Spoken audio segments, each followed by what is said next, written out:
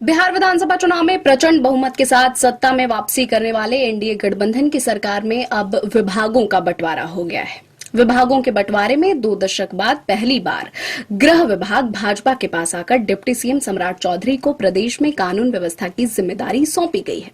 सूबे में यह पहला मौका है जब नीतीश कुमार ने अपने पास गृह विभाग नहीं रखा है।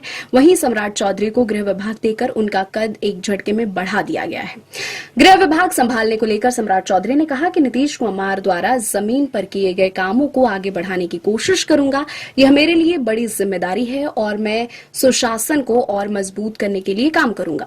बिहार विधानसभा के चुनाव प्रचार के दौरान केंद्रीय गृह मंत्री अमित शाह जब सम्राट चौधरी के लिए तारापुर वोट मांगने पहुंचे थे, तब उन्होंने लोगों से अपील की थी कि आप सम्राट चौधरी को जिताइए, इन्हें बड़ा आदमी बनाना है। गृह मंत्री अमित शाह ने सम्राट चौधरी की विधानसभा में चुनावी रैली को संबोधित करते हुए कहा था कि आप लोग बिहार के डिप्टी सीएम सम्राट चौधरी को वोट देकर चुनाव जिताइए। अगर सम्राट चौधरी जीत गए तो मोदी जी इनको बहुत बड़ा आदमी बनाएंगे। वहीं अब सम्राट चौधरी को नीतीश सरकार में डिप्टी सीएम बनाने के बाद गृह विभाग की जिम्मेदारी देना उनके बढ़ते कद की तरफ साफ इशारा है। बिहार विधानसभा के चुनाव प्रचार के दौरान प्रधानमंत्री नरेंद्र मोदी और गृह मंत्री अमित शाह ने अवैध घुसपैठ को बड़ा मुद्दा बनाया था, खासकर मुस्लिम बहुल सीमांचल क्षेत्र में। वहीं सम्राट चौधरी अब गृह मंत्री के तौर पर राज्य से घुसपैठियों को बाहर करने में अहम भूमिका निभाएंगे। इसके अलावा पुलिस सुधार, खुफिया तंत्र को मजबूत करना और अपराध दर घटाना जैसे मुद्दों पर भाजपा का केंद्रीय एजेंडा अब राज्य स्तर पर लागू होगा।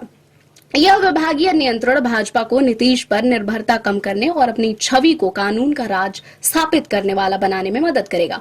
दरअसल गृह विभाग का बिहार के संदर्भ में और भी गहरा प्रभाव है। बिहार विधानसभा चुनाव में आज भी जंगल राज का मुद्दा हावी रहता है और नीतीश की सबसे बड़ी उपलब्धि यही रही कि उन्होंने कानून व्यवस्था को मजबूत किया, लेकिन उनके पिछले कार्यकाल के अंत में अपराधों में वृद्धि को लेकर सहयोगी चिराग पासवान तक ने आलोचना की। अब भाजपा के पास यह विभाग होने से पार्टी अपनी चुनावी प्रतिबद्धताओं को लागू करने का मौका पाएगी।